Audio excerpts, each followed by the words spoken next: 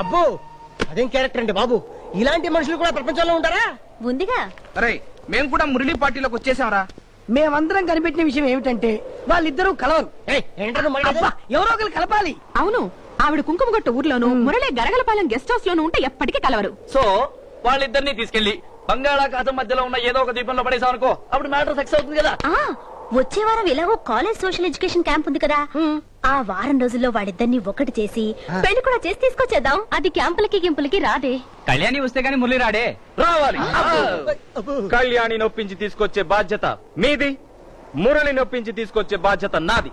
వాళ్ళిద్దరికి పెళ్లి చేసే బాధ్యత మనందరిది.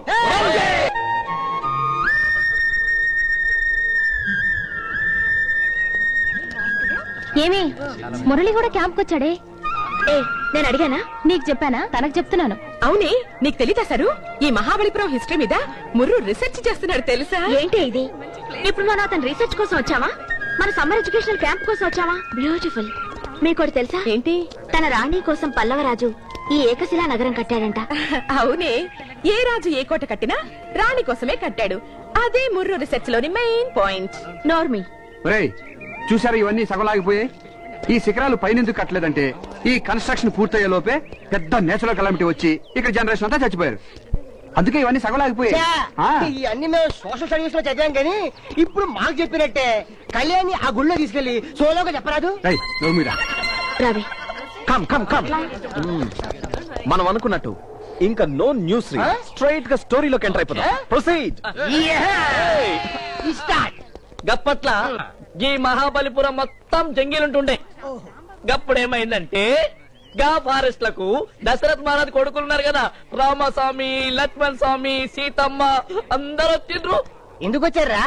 వనవాసానికి పోయి వనవాసం చేసుకుంటూ రామస్వామి నువ్వు సీత రామస్వామి సీతమ్మ కబడ్డీ ఆడుకున్నారు, పచ్చిస్లు ఆడుకున్నారు, దాగుడు మూతలు ఆడుకున్నారు, ఆఖరికి క్రికెట్ బి ఆడుకున్నారు. భయ్ మస్తు ఖుషిగా ఉంటుండే. భయ్ గిల్ల ముచ్చటంతా రామనాసుడు చూసిండు. అత్తు గిట్లనే ఉంటుండే, సేమ్ హైట్. కానీ గా రామనాసునికేమో 10 తలకాయలు, ఈ రామనాసునికేమో సింగిల్ తలకాయ, సింగిల్ కెమెరా. సీతమ్మ దొంగ జింకను చూసి పెన్మిటి పెన్మిటి ఏం కావాలి? జింక కావాలి. గట్లనే అని జింక కోసం రాముడు ఉరికిండు, రాముని కోసం లక్ష్మణుడు ఉరికిండు. రావణాసురుడు సీతమ్మని ఎత్తుకపోయి శ్రీలంకలో పెట్టిండు. రామస్వామి సింగిల్ గడు కదా, ఏం చేయలేక పెద్ద కోతిని సాయం అడిగిండు. పెద్ద కోతంటే ఆంజనేయ స్వామి పోయి తోకకి పెట్రోల్ కొట్టించి కడుపు నిండా ప్రమాణం పెట్టి ఒత్తెలిగించి సీతమ్మకు మన ముచ్చడంతా చెప్పినా అని శ్రీలంకకు ఫైరింగ్ చేసిండు.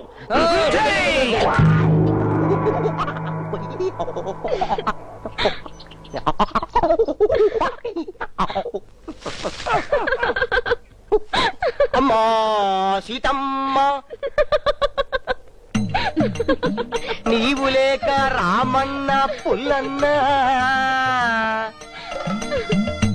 పండు తినడు పానవేయుడు, వాడు పడుకోడు మమ్మల్ని పడుకోనేవుడు తల్లే. నీకు చూపిద్దామంటే ఉంగరం లేదు, నీ దగ్గర నుంచి తీసుకెళ్దామంటే చూడామని బిళ్ళలేదమ్మా. నువ్వు ఒక పని చేస్తే రామాయణానికి శుభం పడుతుందమ్మా.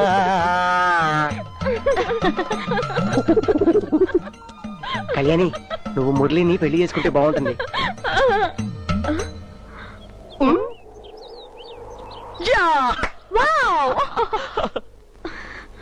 ఆగు, ఇంకా ఎందుకే ముసుగుల గుద్దులాట? నువ్వు ఈ రోజు ఒప్పుకోవాల్సిందే. ఒప్పుకోమ్మా. చూడు కళ్యాణి, మా పెళ్లి కోసం కాలేజ్ ని కళ్యాణ మండపం చేశాడతను. అందుకని మీ పెళ్లి కోసం ఈ క్యాంప్ ని కళ్యాణ మండపం చేయబోతున్నాం. ఇదిగో కళ్యాణి, ఎల్లుండి 3 గంటలకి మీ పెళ్లి అయ్యాకే మనం ఈ క్యాంప్ నుంచి వెళుతున్నాం. నువ్వు ఇంకేం మాట్లాడడానికి వీల్లేదు. చెప్పమ్మా. You must say yes. Otherwise that elephant will move. You must say yes. Yes.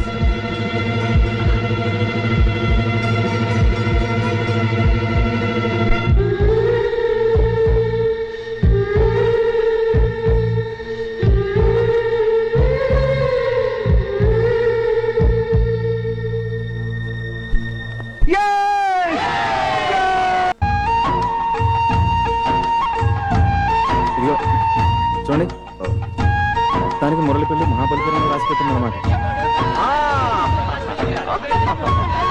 వచ్చేసిందా?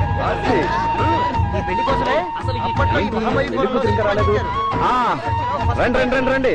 ఏంటి పెళ్లి కూతురు తీసుకురామంటే మీరు మాత్రం వచ్చారు? అబ్బా పొద్దు నుంచి పటాసాకి తల పట్టేసింది. రే నువ్వనే వెళ్ళి పెళ్లి కూతురు తీసుకురారా బాబు. అంత అప్సెట్ చేసింది. కళ్యాణి గెస్ట్ హౌస్ లో లేదు, ఊరెళ్ళిపోయిందట. అవును, మధ్యాహ్నమే రూమ్ వెకేట్ చేసేసిందట. గెస్ట్ హౌస్ లో చెప్పారు.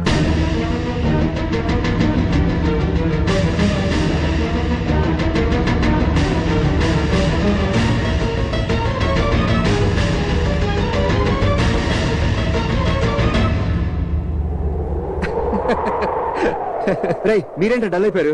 నాకు ఇవన్నీ మామూలేరా, నాకేం కొత్త కాదు. బి ఎంజాయ్ రా, కమాన్ ఎంజాయ్ రా. రేయ్, మురళి, మురళి, మురళి, రేయ్, మురళి.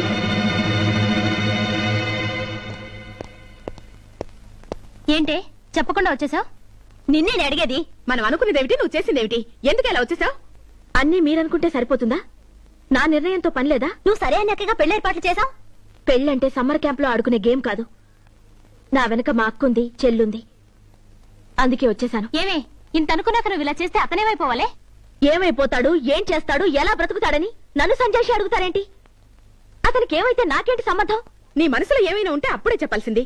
ఎందుకే అవునని ఒప్పుకున్నావు? నేను అవునలేదు, మీరే నన్ను బలవంతంగా ఒప్పించారు. ఎందుకే అతని జీవితంతో ఆటలాడతావు? అతనితో ఆటలాడే అవసరం నాకేంటి? ఏమే నువ్వు మారుతావు, అతన్ని అర్థం చేసుకుంటావు అనుకున్నాం గానీ ఇలా పిశాచం అయిపోతావు అనుకోలేదు. అవును, నేను పిశాచిని, రాక్షసిని, రాతి మనిషిని. నా పక్కనుంటే జీవితాలు ఎడారులైపోతాయి. నా గురించి ఆలోచిస్తే నాశనం అయిపోతారు.